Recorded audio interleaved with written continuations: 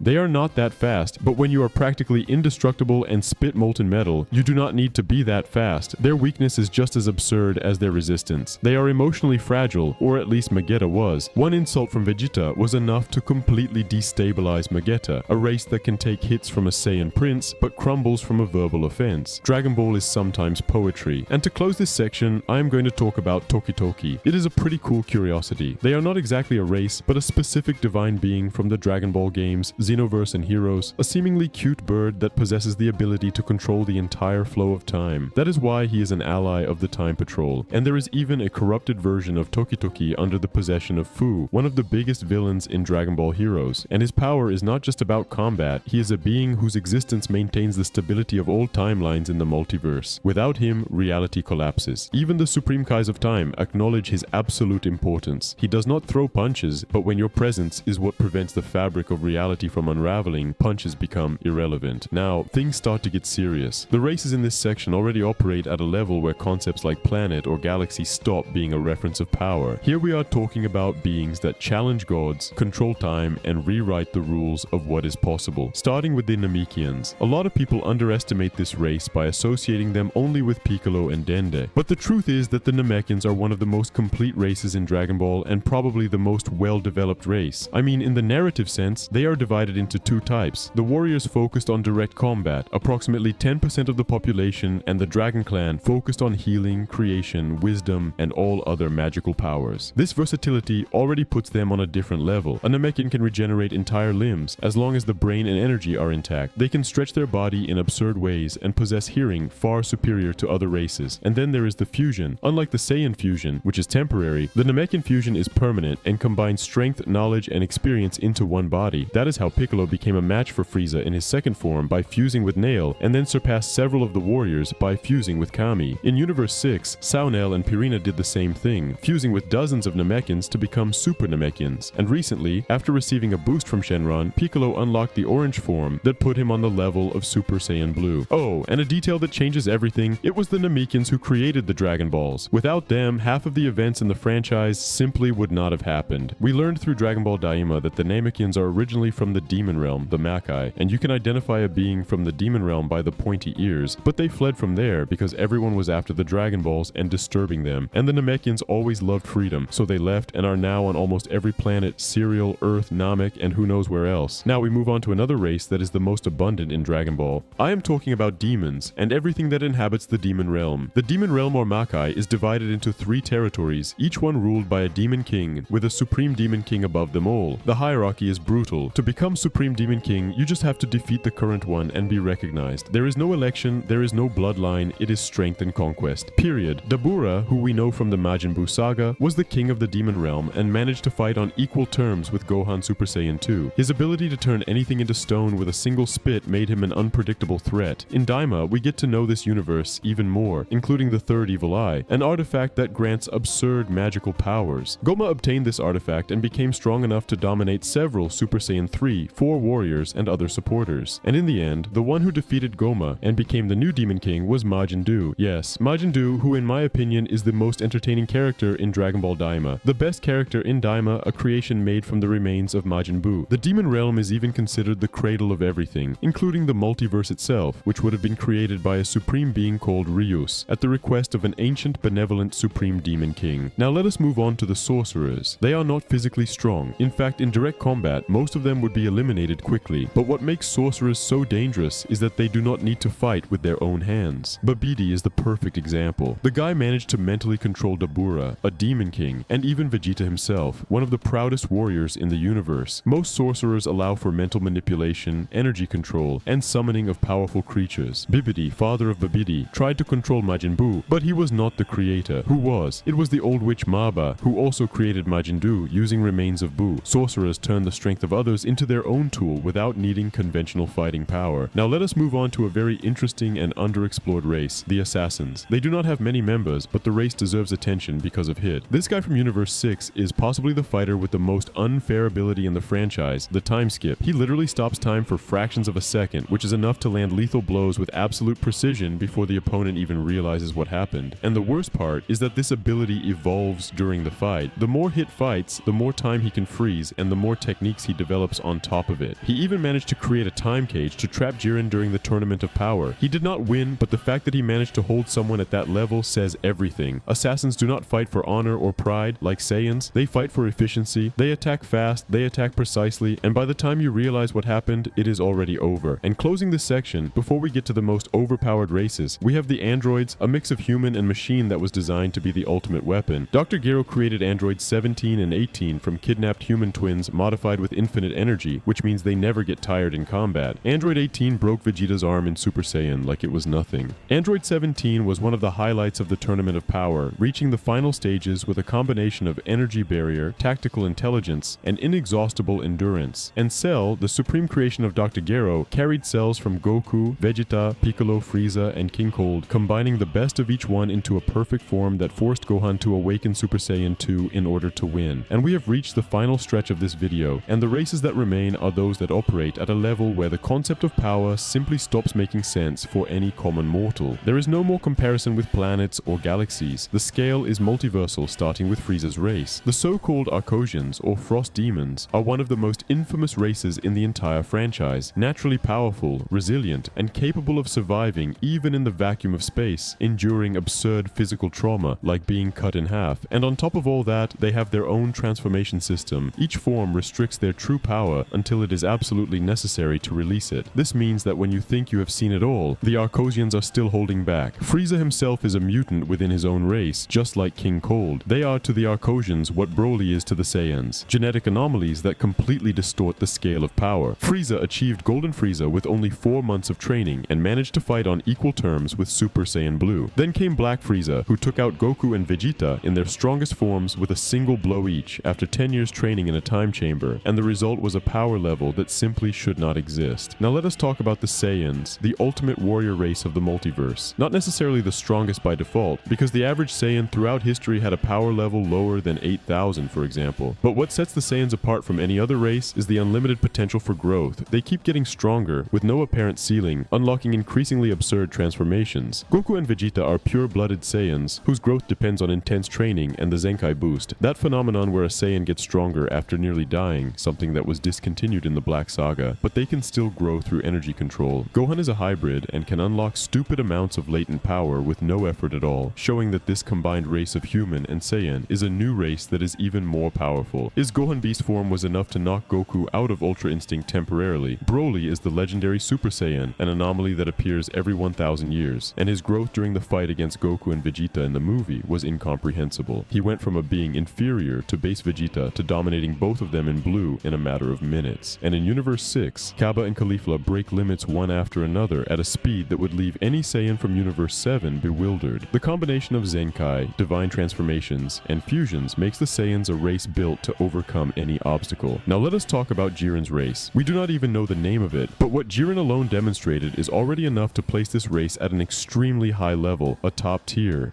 He was the strongest warrior of the Tournament of Power, and the only mortal confirmed to have surpassed his own god of destruction up to that point. No special transformations, no tricks, no shortcuts. Pure brute strength built through training and willpower. Goku needed to awaken Ultra Instinct to be able to keep up with Jiren, and even then he needed Frieza's help to take him down in the end. If the rest of the race had even a fraction of that potential, we would be talking about an absurdly powerful species. Hopefully they will still be developed. Now we arrive at Beerus's race. We finally enter Divine Territory.